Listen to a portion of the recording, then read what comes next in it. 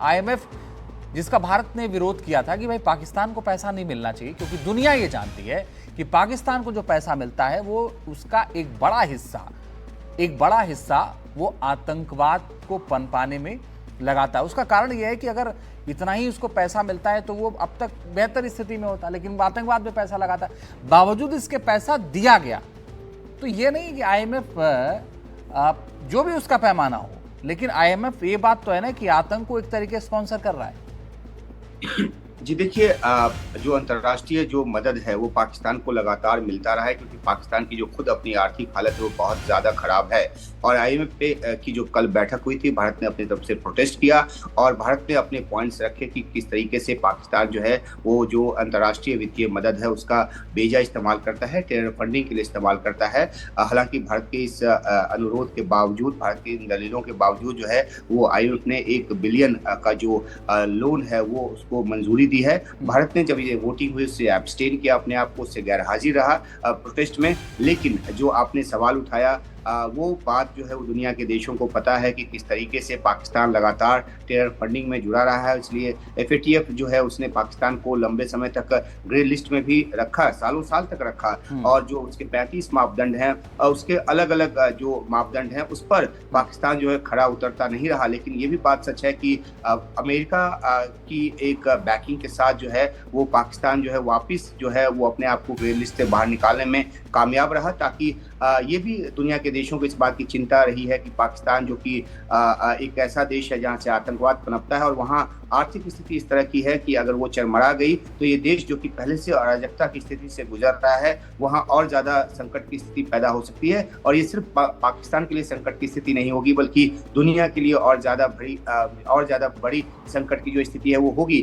तो तमाम दलीलों के बावजूद जो अंतर्राष्ट्रीय संस्थानें जो हैं वो पाकिस्तान को वित्तीय मदद जो है वो जारी रखे हुई है। लेकिन भारत की जो अपनी चिंता है वो उससे न सिर्फ आईएमएफ को बल्कि दुनिया के अलग अलग देशों को जो अवगत है वो कराता रहा है। तो ये एक जरूर दुर्भाग्यपूर्ण बात है कि भारत के दलीलों के बावजूद जो है आईएमएफ ने पाकिस्तान को लोन देना मुनासिब समझा है। लेकिन भारत जो है राजनयिक कोशिशें अपनी जारी रखे हुआ है ताकि पाकिस्तान को आतंकवाद के मुद्दे पर दुनिया के देशों में अलग थलग किया जा सके। और वो जो एक एफर्ट है वो फिर से एक रिन्यूड तरीके से सामने नजर आ रहा है पहलगाम आतंकी हमलों के बाद, जब भारत ने विदेशी राजनयिकों को यहाँ दिल्ली में भी जो है वो अपनी तरफ से इत्तला दी। और दुनिया के अलग अलग देशों के अलग अलग नेताओं से संपर्क कर भी भारत लगातार स्थिति से अवगत करा रहा है कि कैसे पाकिस्तान जो है वो आतंकवाद को बढ़ावा दे रहा है। और आतंकवाद के खिलाफ भारत ने जो कार्रवाई की है उसके एवज में पाकिस्तान सीधे तौर पर भारत के सैन्य और असैनिक ठिकानों को जो है निशाना बना रहा है।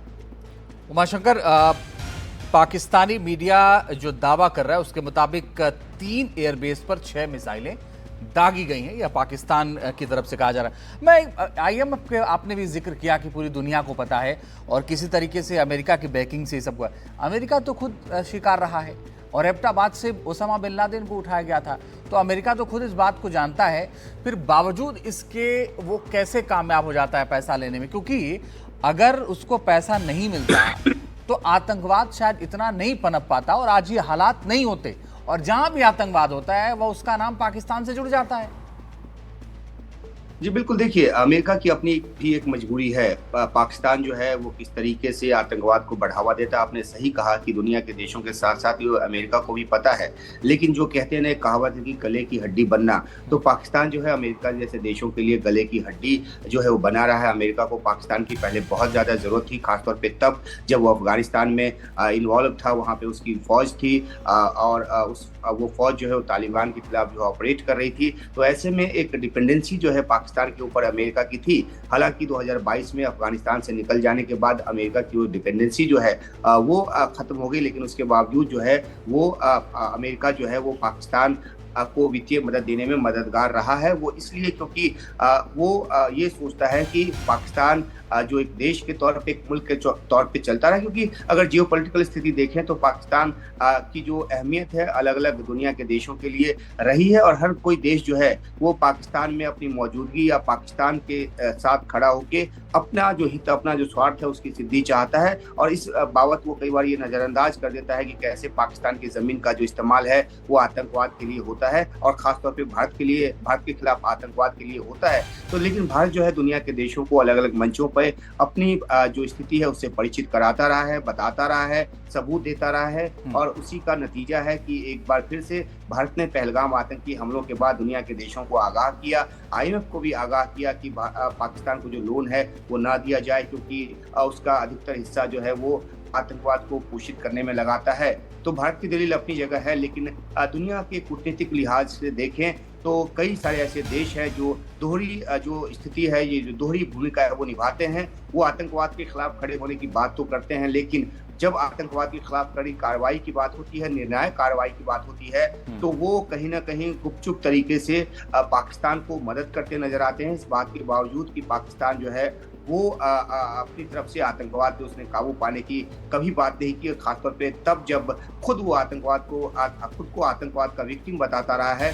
जब पाकिस्तान में अंदरूनी आतंकवादी हमले होते हैं वो दुनिया के फोरम पर जाकर रोता है कि वो आतंकवाद का शिकार है, लेकिन वो इस बात को भूल जाता है जब पाकिस्तान की जमीन का इस्तेमाल कर और पाकिस्तान के संरक्षण में, हालांकि पाकिस्तान कई बार इसको नॉन स्टेट एक्टर्स कहता है, लेकिन पाकिस्तान से संरक्षण मिलता है, ये बात जगजाहिर है। तो जब भारत के खिलाफ आतंकी कार्रवाई होता है तो पाकिस्तान उसकी तरफ से आंख मूंदता है, उसको नकारने की कोशिश करता है, जिस कोशिश को उसने पहलगाम आतंकी हमले के बाद भी करने की कोशिश की।